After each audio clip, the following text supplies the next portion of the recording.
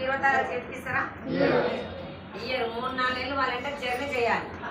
Journey చేస్తే ఇంటి ముందర అప్పులో తిరిగిపోతుంటే అప్పుల నుండి తెలుస్తుంది మనకి. ఆస్తి ఎంత ఉంది కూడా అర్థమవుతుంది. అవునా కదా? ఇందులో డబ్బు ఉందన్న క్లారిటీ ఉంది. నమ్మకం అనేది ఒకటే రోజు రాదు. ఇలా నమ్మకం వచ్చింది, బయటికి పోయి ఇదే సబ్బు పట్టుకొని ఇదే సబ్బు వాడినా నాకు రూపాయలు రాలేదు రాని ఆ సబ్బు చూపిస్తాడు. అయ్యో నిజమేనంటావా అంటాం. నమ్మకం మోతది వచ్చింది.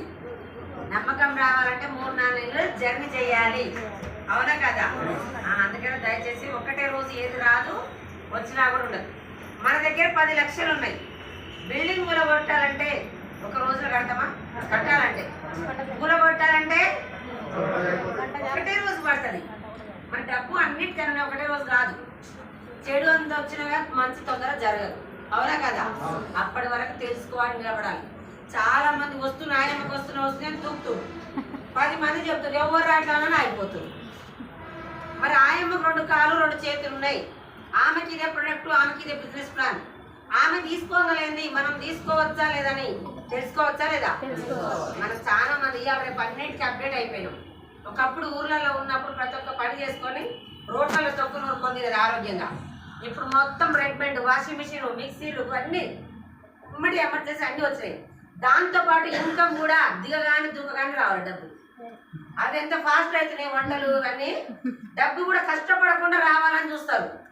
కష్టపడకుండా వచ్చింది నిలవదు. అవునా కదా? కష్టపడ్డ రూపాయి మాత్రం ఎక్కడికి పోదు. మనం చేసినంత ఇంట్లోకి వస్తుందా రోజు? రాదు. ఎక్కడెక్కడనో పెడుతున్నాం, మనకు అది అర్థం కావట్లేదు. చాలా మంది సార్వాలు చెప్పొచ్చు, బైక్లో పోస్తే ఇంజన్ ఆయిల్ 350, బాడీలో పోస్తే ఆయిల్ ఎంత 120, 150, 130. అవునా కదా? ఈ ఇంజన్ బోర్కి వస్తే 10 లక్షలు పెట్టే డాక్టర్ కాపాడలేదు.